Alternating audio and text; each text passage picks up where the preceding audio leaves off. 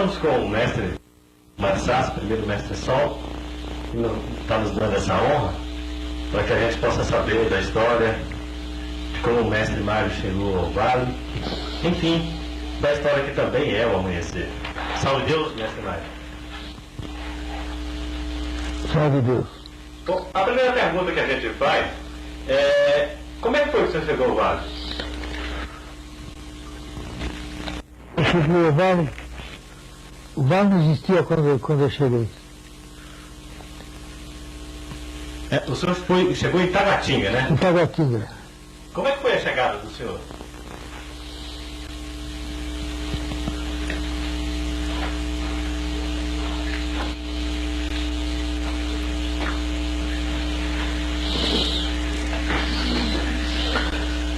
Eu trabalhava na universidade naquele tempo. Eram relações públicas da universidade. E eu tinha uma secretária que gostava de frequentar tudo que era centro. Ela ia procurando auxílio nos centros. E aí ela me convidou, ela estava sem carro nesse dia, pediu que eu levasse até Taguatinga para conhecer uma tia Neiva. E eu de fato fui, levei até Taguatinga, e a tia Neiva morava numa casinha modesta. E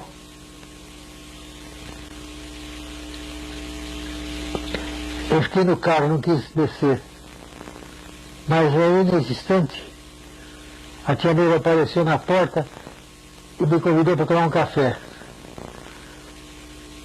E eu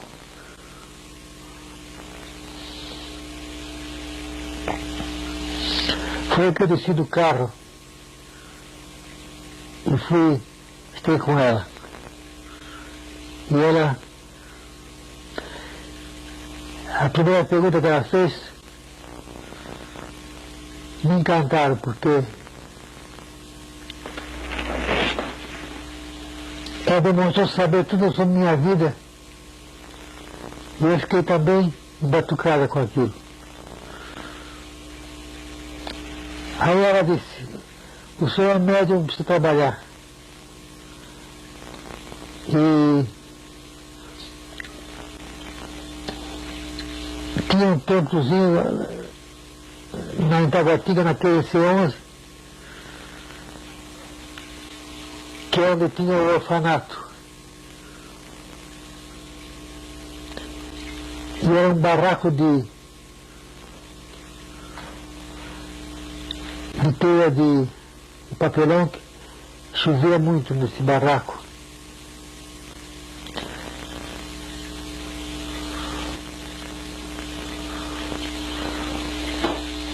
E era como se tivesse sido construído um barraquinho inicial, depois foi assim bem aumentado. Foi esticando para abrigar toda aquela criançada. Eu conto essa história no meu livro, que é sobre os olhos da clarividente, que é a história de Daniel. Um capítulo dedicado a Daniel, que era um do orfanato naquele tempo.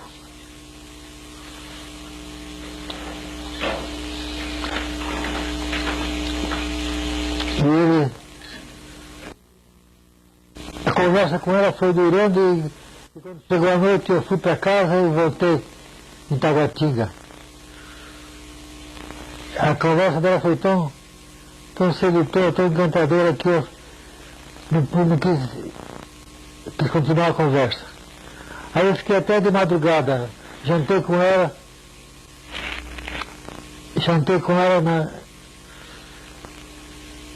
na cozinha e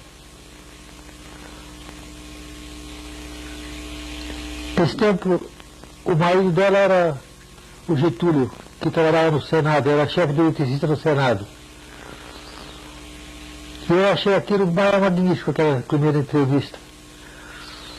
Foi continuando e eu só saí de lá de madrugada. Fui para minha casa de madrugada, eu morava no Bando Piloto ali na W3.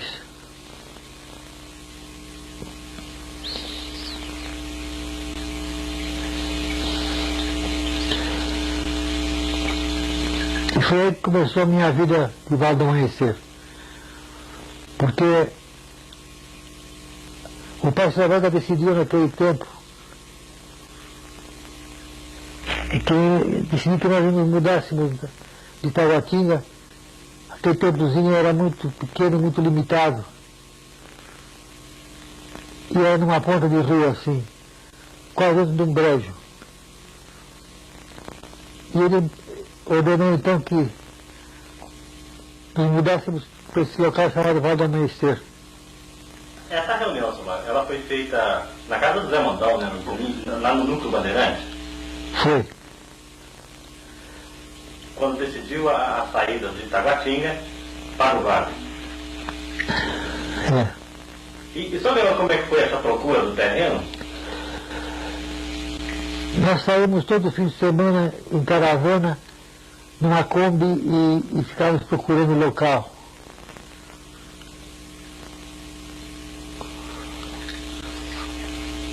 Para fazer o Vale do Amanhecer. E aconteceu que nos indicaram que em Planaltina existia muitos terrenos vagos. E nós vamos procurar uma pessoa lá que nos indicaram que era uma espécie de corretor de imóveis. E quando nós fomos em direção ao vale, numa Vermaguete que era de um dos móveis da corrente, a Vermaguete foi descendo aquela ladeira e parou exatamente em frente ao que hoje é o portão do vale.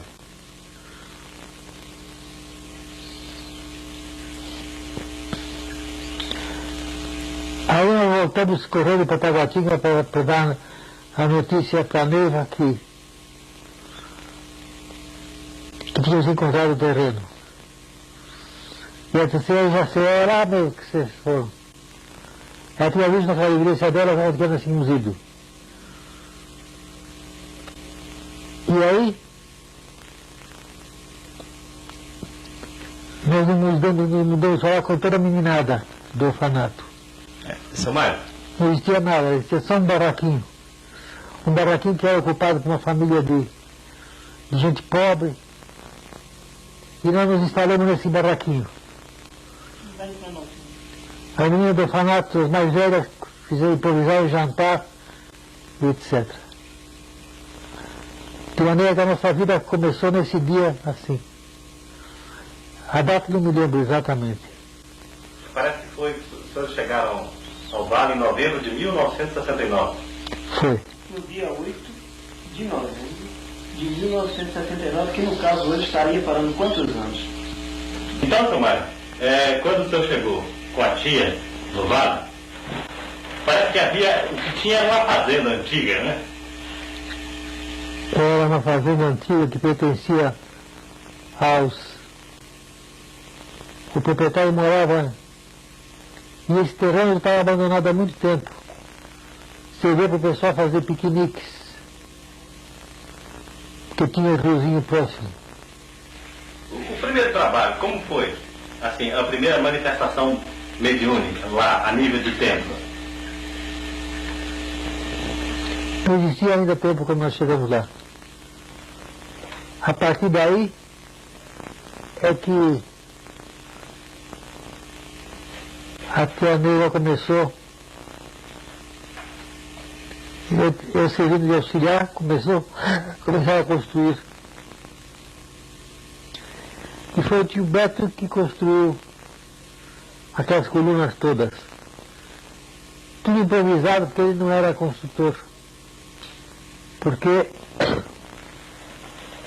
foi um arrojo fazer aquelas vigas de cimento armado, porque ninguém entendia do ramo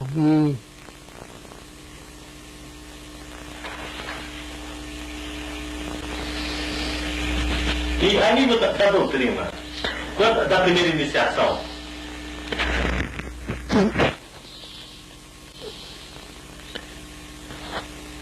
A primeira iniciação foi feita quando o templo ficou completo. O templo de madeira ou de pedra? O templo de pedra. Que foi um São José que construiu todas as paredes de pedra. Aí foi feito por um único homem, todas aquelas paredes.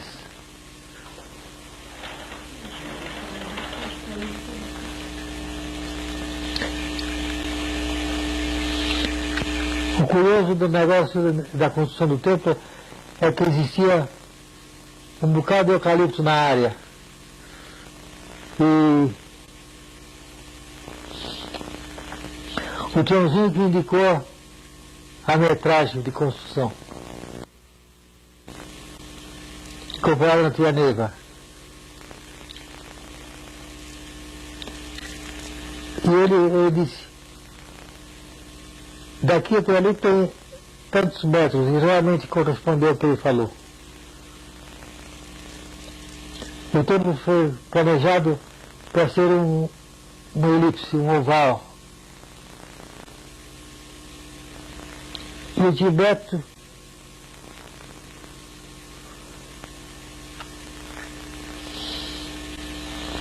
construiu praticamente tudo. Inclusive aquelas vigas de cimento que hoje, até hoje suportam o templo. Que foi um ato corajoso dele, porque ele não existia cálculo nenhum de concreto.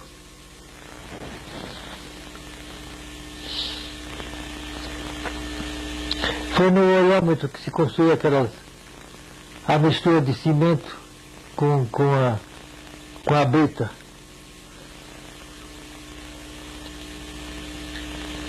Foi tudo assim.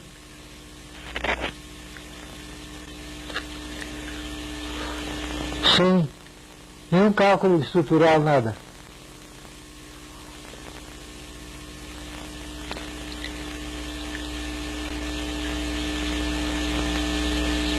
E foi realmente um ato arrojado do Gilberto. Um ato corajoso de construir aquilo quando ele não tinha prática nenhuma de construtor. Aí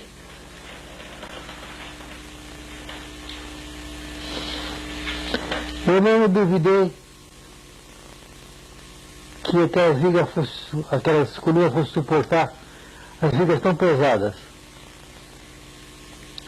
Mas realmente suportou e até hoje está lá.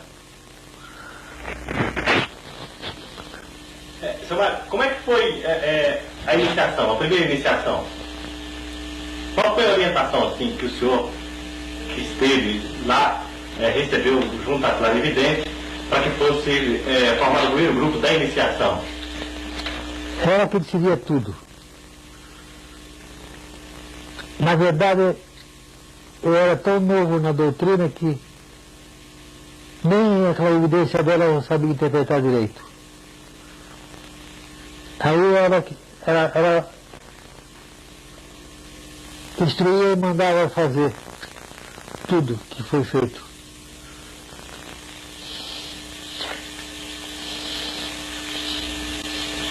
É verdade que já tinha trazido um bocado de médios que eram da UESB antiga. E esses médios que acompanharam, como o Zé Mandão acompanhou a Tia Neiva quando ela fosse. E ele foi um dos primeiros a chegar lá. Que o apelido dele de Zé Mandão surgiu exatamente porque ele punha a molecada toda do orfanato para trabalhar. E às 5 horas da manhã ele percorreu todos os alojamentos e punha todo mundo para fora da cama. E ele adquiriu o partido de Zé Mandão por causa disso. Porque ele era realmente competente para ordenar e fazer as coisas. E a maior parte das coisas iniciais do Vale foram feitas pelos meninos do orfanato.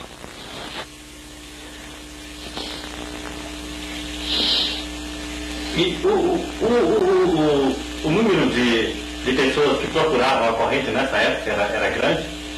Procurava a tia Neiva. E ela dava consulta sem parar. Trabalhava dia e noite. E, seu Mário, qual foi, assim, o fato, a nível do senhor, que sempre foi um pesquisador mais extraordinário, a nível da clarividência dela, que o senhor presenciou? Entre tantos, né?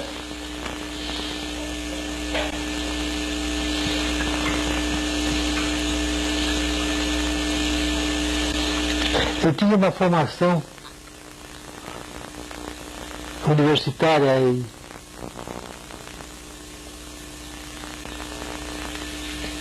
o fenômeno da clarividência dela me interessou sempre. Tanto que toda a vida eu passei a estudar o problema da clarividência. E nunca consegui realmente chegar a uma conclusão como é que se processava esse fenômeno.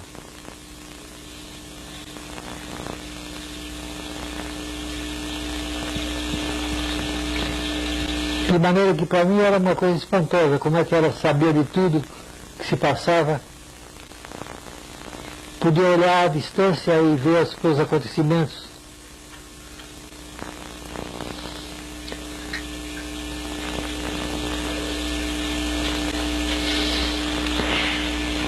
E o mestre dela, ela recebeu a instrução através de uma rã? Recebeu. E o que ela contava mais a respeito de uma rã? Ela dizia que ele era um monge que dava instruções a ela, no plano espiritual. De maneira que eu nunca presenciei esse fenômeno sob a informação dela. Ele estava encarnado no Tibete? Estava.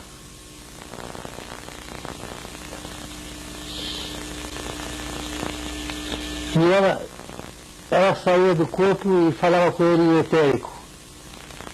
Recebia instruções em etérico. E ele também saía do corpo e falava com ela no plano etérico. De maneira que ela nos falava sempre das instruções dele.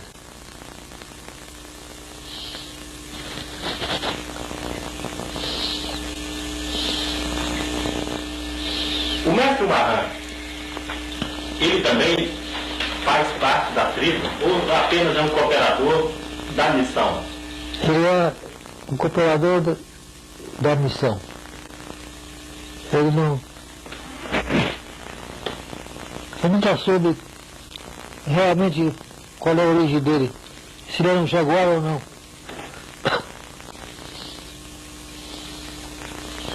Das entidades que assistiam Tia Neiva, a gente sempre ouve falar de Pai João, o executivo, né, da doutrina. Você poderia falar pra gente de Pai João? Pai João? Ele me disse aqui, nesta casa, que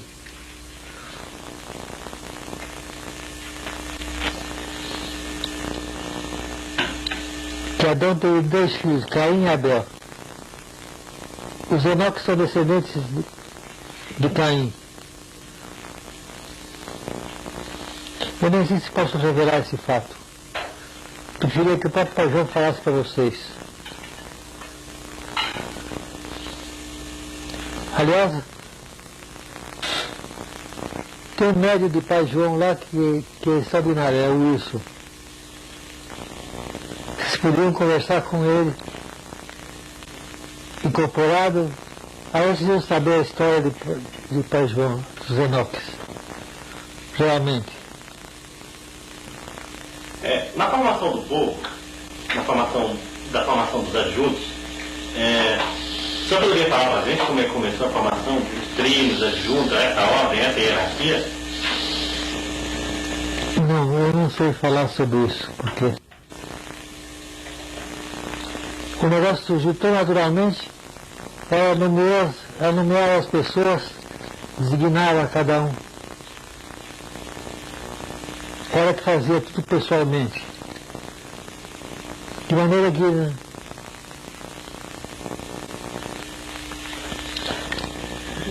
eu não participei desse processo de formação das equipes.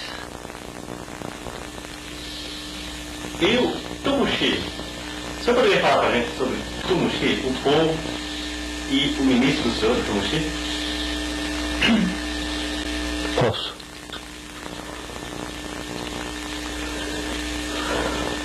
Os Tumuxis são descendentes dos antigos Equitumãs.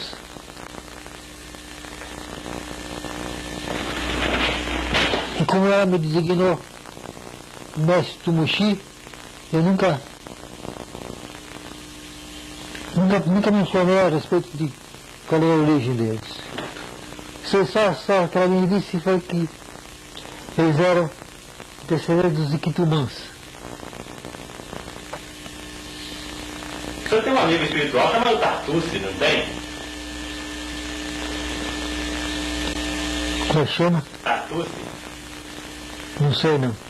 Foi um mestre que se apresentou e parece que pediu para chamar o senhor e mestre Adelves, dizendo que o senhor e mestre Adelves e eles eram os únicos, parece que o senhor e mestre Adelves eram os únicos que ainda estavam encarnados. Eu nem não lembro desse fato. Você vai ter que me perdoar porque eu tenho muito problema ainda de memória.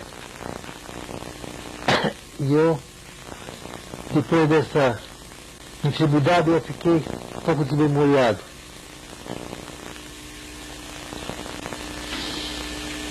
Tomara, a primeira consagração do adjunto, quando todos foram consagrados como adjunto, naquela época adjunto Rama 2000, né? É. Primeiro Rama 2000, que é a consagração feita lá no oráculo, lá em cima, perto da estrela. Ela em cima da... Ela feita de uma plataforma alta de madeira. E lá que foi feita a primeira consagração. Mas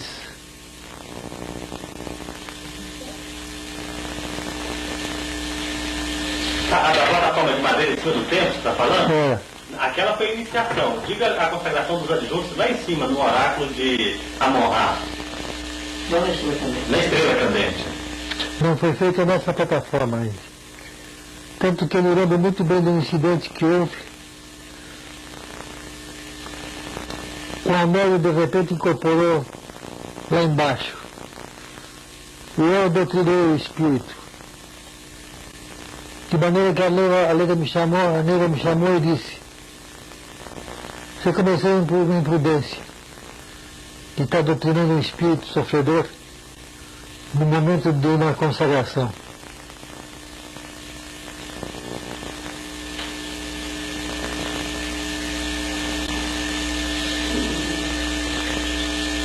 Era uma plataforma que existia bem em cima de onde ela depois passou a perder.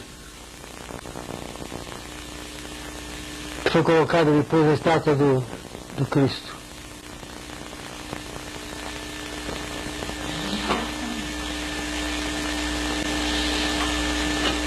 Era como um sótãozinho.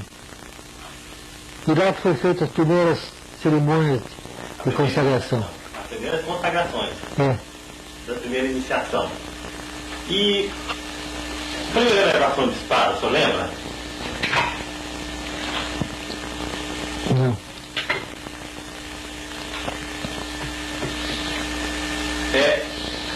Na última reportagem do senhor, onde é que o senhor fala sobre a estrela, o poder da estrela, o que é, na verdade, a estrela?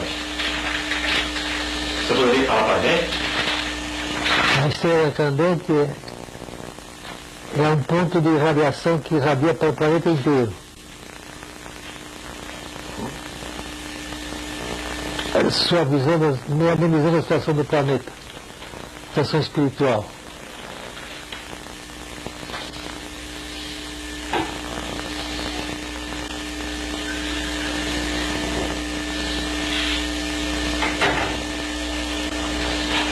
E um quadrante?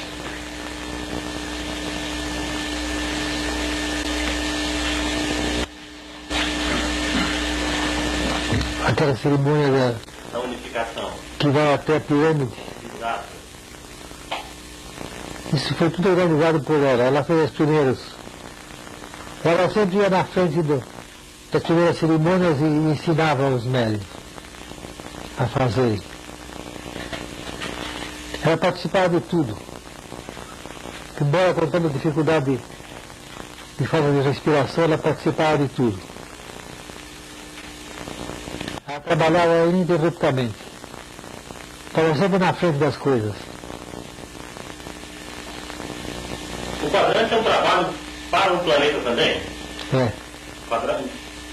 Inclusive, no livro de Estrelas, o senhor diz a respeito dos maias, né, que havia também, lá na civilização maia, a Avenida dos Mortos, e aqui é representado no quadrante que ele, aqui é chamada da Avenida dos Vivos. Até o senhor até faz uma brincadeira, né? Assim uma palavra.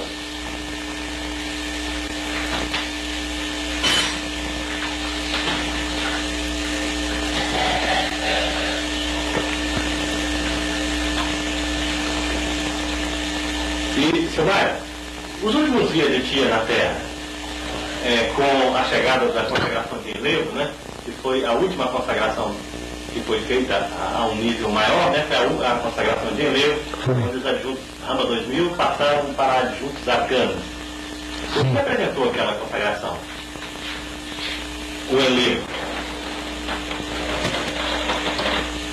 Um grau de avanço que cada adjunto tinha era um grau conquistado.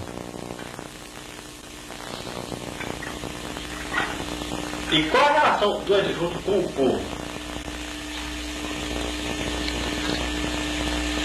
O adjunto de povo, qual é a relação que ele tem com o povo dele, as pessoas que se formam em torno do adjunto?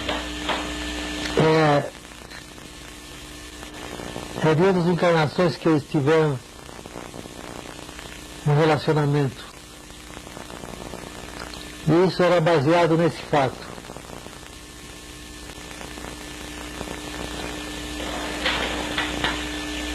Que os que existiam, os amigos desse adjunto que se juntaram para formar o adjunto.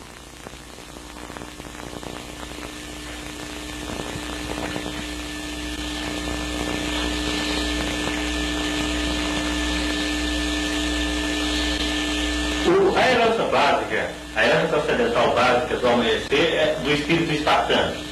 Fala-se muito no espírito espartano. E onde fica o espírito do ateniense, de Atenas, do povo de Atenas? As duas cidades gregas, né, que cresceram praticamente e nasceram juntas, Esparta e Atenas, fala-se muito no espartano, no homem. Mas o senhor, a gente sabe que o temperamento do senhor é mais filosófico, mais puxado para a aristocracia ateniense. Pura coincidência que eu segui uma linha filosófica no passado, em minhas encarnações anteriores,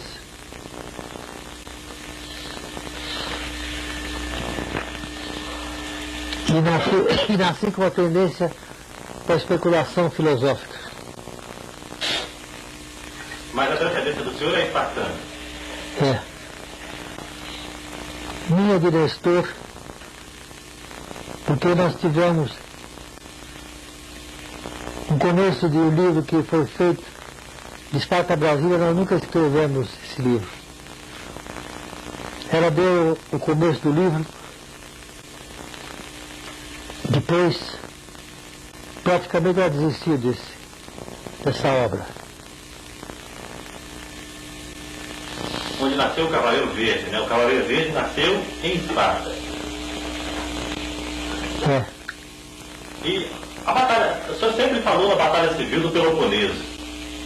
O senhor sempre colocou muito nas suas aulas a importância da Batalha Civil do Peloponeso. Ela foi de muita importância para a tribo? Foi. Porque era o Alexandre Grande que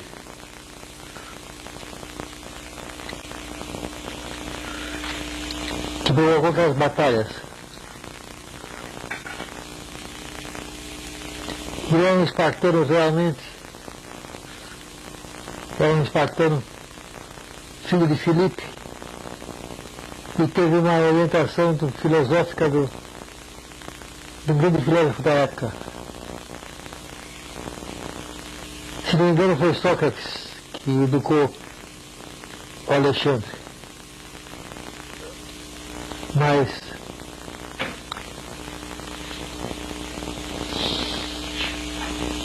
a missão do Jaguar, quando Jesus veio, na época do primeiro ano, quando Jesus esteve na Terra, o Jaguar tinha uma missão para ajudar Jesus?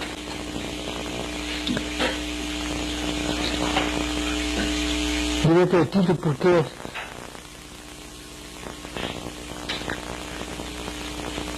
eles perceberam a Jesus, os jaguares, perceberam a Jesus.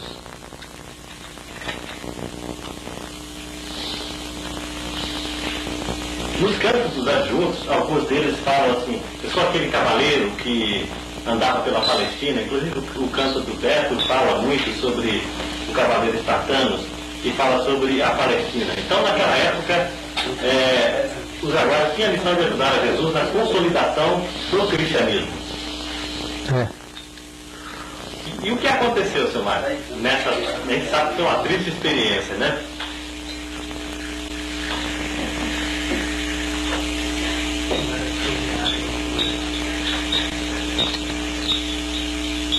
Parece-me que eles falharam.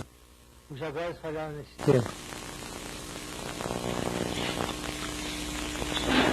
Outro período que o senhor tem sempre falado, dito nas suas aulas, foi o período dos maias na América Central, que foi outro período difícil do Jaguar. Foi.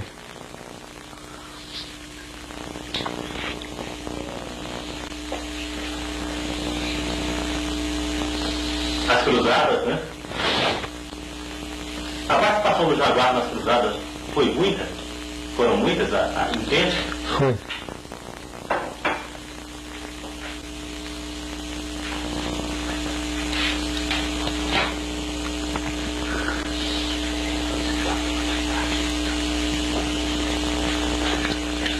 Principalmente no lado político. O lado político. E a Revolução Francesa? Também participou muito. Os jaguares participaram muito. Por que Dom Inácio de Loyola II a tia passou a informação de que ele seria o chefe do Vale das Sombras? Eu nunca questionei essa informação. Parece que também um cardeal Richelieu, né? Foi dois cardeais que tiveram uma importância muito grande naquele tempo, era Richelieu e Mazarino.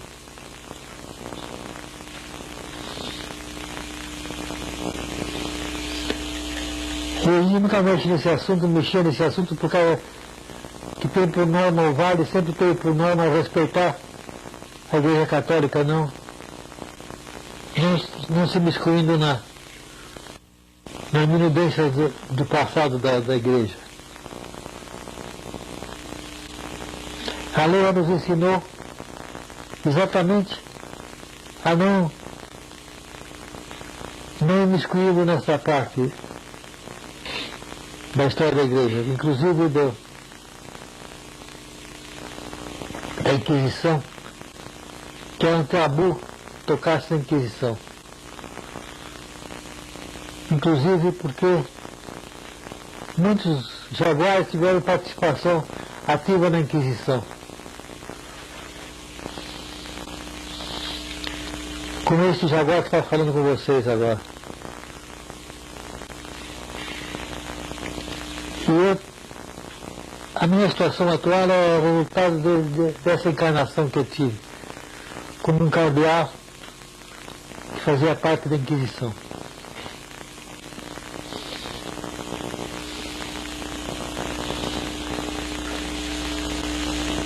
Naquela época, na Casa Grande, as pessoas procuravam o movimento era intenso, né? Assim, e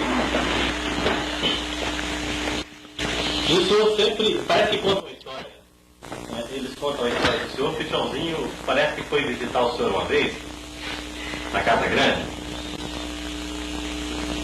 Tinha um moço lá fora que pediu para falar com o senhor. Não sei se você está lembrado dessa história. Eles contam, né? A gente sempre ouve, de que um senhor assim, vestido um pouco brejeiro, queria falar com o senhor. Aí o senhor parece que ia para o tempo. Pô, depois, meu filho, depois. Aí a tia manda chamar o senhor e diz assim: senhor. Aí ela mandou que eu atendesse a pessoa.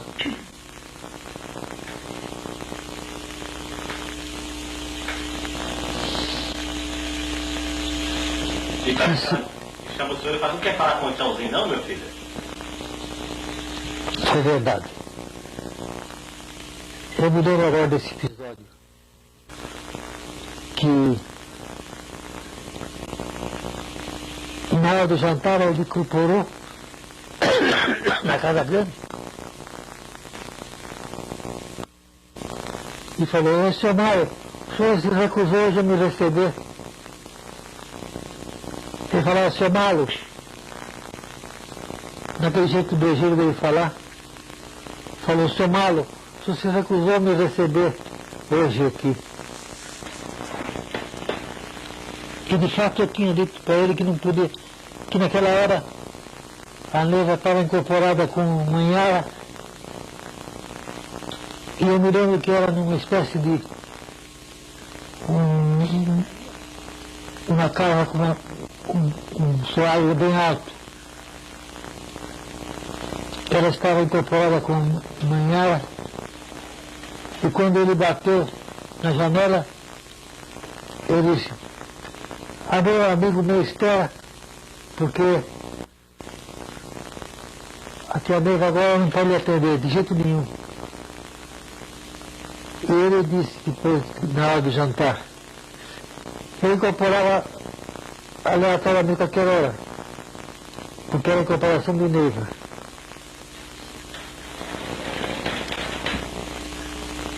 E a gente, eu fiquei bem vexado naqueles dias. Fiquei bem embaraçado. Porque realmente eu havia dito para ele que não podia, a Neiva não podia atender. Porque era o guardião que ficava praticamente na portaria da Casa Grande, atendendo todo mundo. Se você chegava, eu peneirava, para que fosse chegar perto dela ou não. Porque quando ela queria falar com a pessoa, ela mandava chamar. Normalmente ela mandava chamar a pessoa. E quando acontecia de todo mundo chegar para falar com a tia Neiva, que ela era famosa já naquele tempo, e eu tomava cuidado de saber primeiro o que a pessoa queria fazer. Tomar cuidado de peneirar, selecionar a pessoa para chegar perto dela. Mas se ela queria, muitas vezes ela pedia: manda um recado para fulana que eu preciso falar com ela. E a pessoa, a gente providenciava fazer contato com a pessoa para ela atender.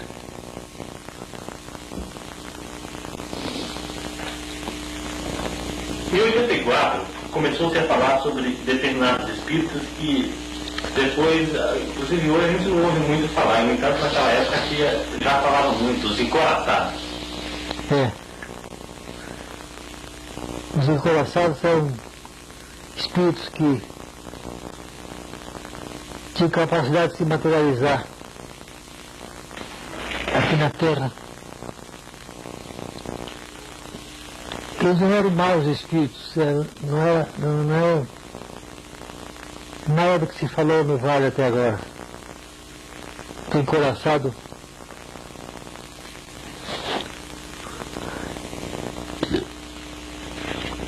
é porque ele tinha essa capacidade de materialização que ele tinha esse nome de encoraçados. Mas não eram espíritos... malignos, não. Mas não eram espírito de luz também? Não. Intermediário. Era mais ou menos. E qual era a função assim, deles no plano espiritual? O senhor se lembra? Não. Um deles. Não disse isso. Parece que existe até o caso que um deles entrou e piscou a Elsônia no rosto, né? Dentro da casa grande.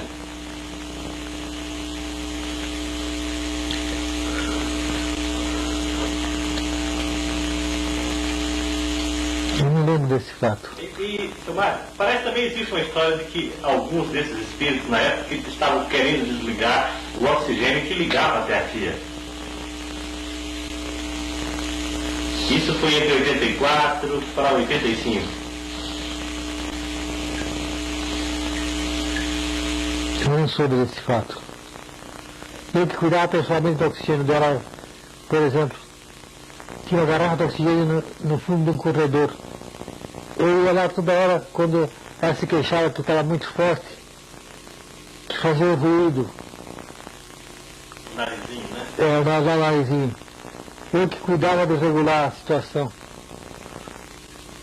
para regular o reloginho do medidor de oxigênio para não ir em excesso para ela.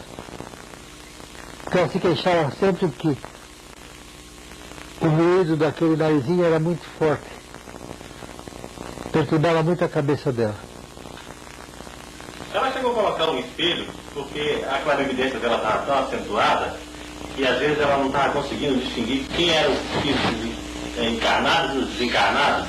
Aí eles contam, não sei se é lenda, que ela chegou a colocar um espelho para poder divisar essa linha daqueles que eram encarnados e desencarnados. Ela não chegou a fazer isso.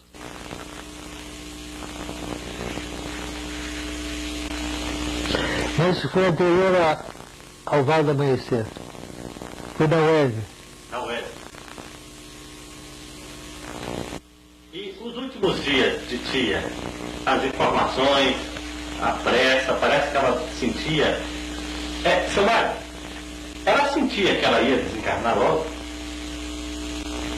Ela previa isso. Embora ela afirmasse sempre que ninguém nunca saberia o dia que ia desencarnar. Ela afirmava para a gente esse fato, que ninguém sabe o dia que vai terminar essa trajetória na Terra.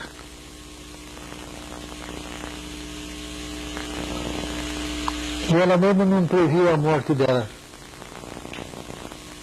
Ela dizia para nós mesmo que nem Jesus previa o desencarne dele.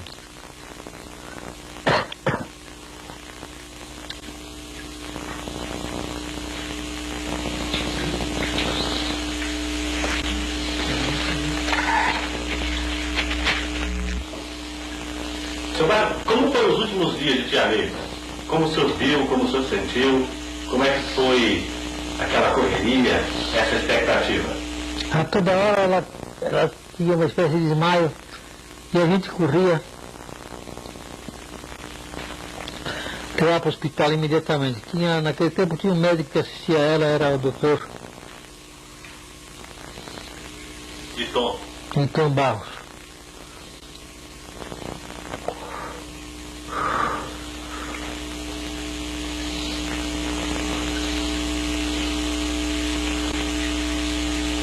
E nós levávamos para o Santa Lúcia porque ele trabalhava lá. E o Santa Lúcia, os diretores eram amigos nossos. Era o doutor... Eu não me lembro o nome dele agora. Era o médico-chefe do Santa Lúcia. Quando ela chegava lá, eles desejavam em acomodações para ela. Aliás, ela era cliente dela.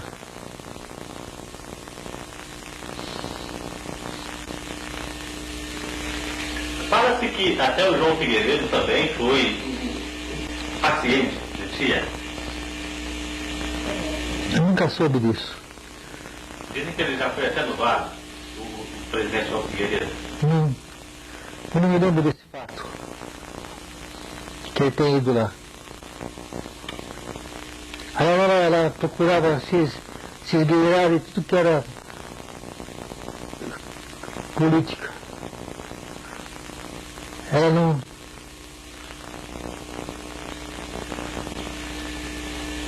se orgulhava de que o fulano teve lá, o senador. Ela tem um amigo senador, que aliás, o filho desse senador foi presidente vitalício da Ordem Espiritualista Cristã, anterior à minha entrada na corrente. Para a gente poder encerrar, que já está cansado, só queria que o senhor falasse sobre o último dia. Foi 14 de novembro de 1985, né? Ela desencarnou no dia 14, né? 14 para 15, foi de madrugada. O senhor estava lá também, na UTI com ela? Aliás, lá no Santa Lúcia? Estava no Santa Lúcia, na UTI. Na UTI não, que não podia nem se entrar na UTI. Mas eu estava no apartamento dela.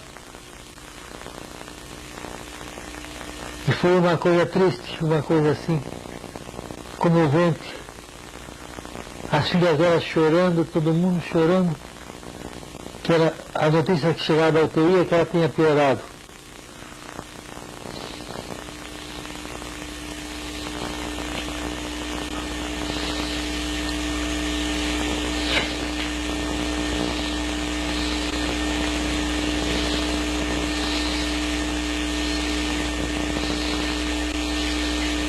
Nós estávamos no apartamento dela, quando vinha as notícias que ela estava pior ou melhor, o médico chegava e dizia, ela não está resistindo não.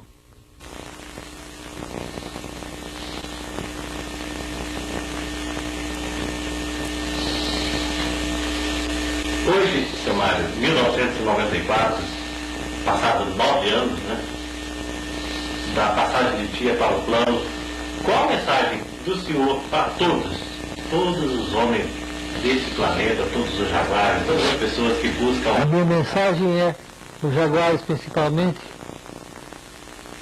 eu quero dizer que procurem, principalmente, praticar os 3 poderes do vale, que são tolerância, humildade e amor.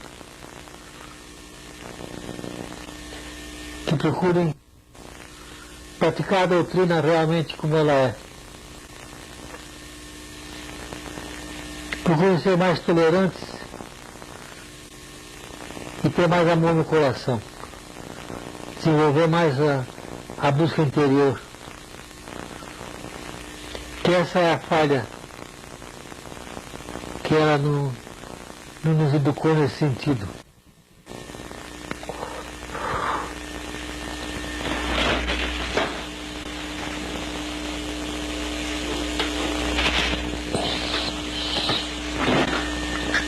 Que procura principalmente a tolerância.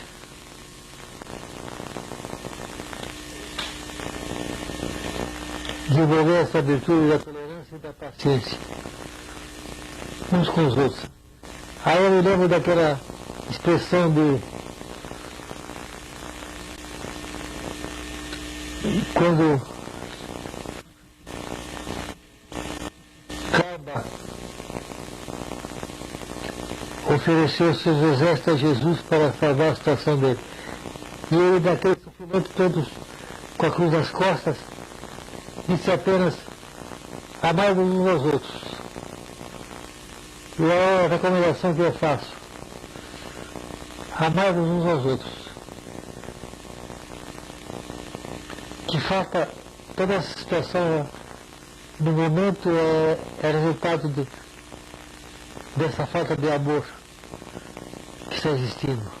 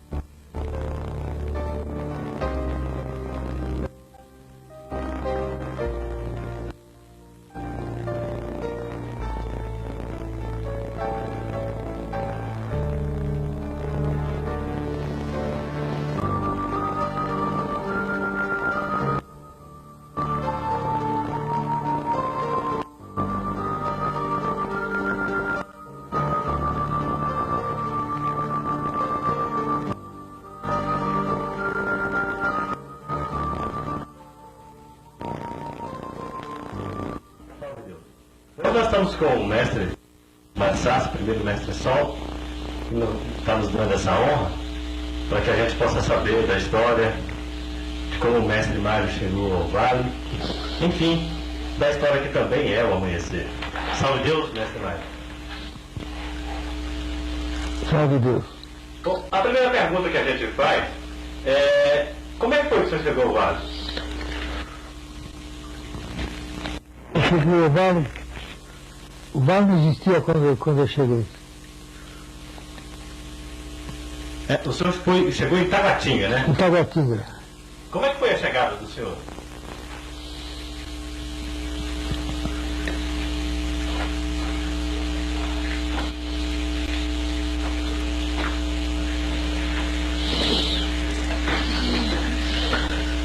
Eu trabalhava na universidade naquele tempo. Eram as relações públicas da universidade. E eu tinha uma secretária que gostava de frequentar tudo que era centro. Ela ia procurando auxílio nos centros. E aí ela me convidou, ela estava sem carro nesse dia, pediu que eu levasse até Taguatinga para conhecer uma tia Neiva. E eu de fato fui.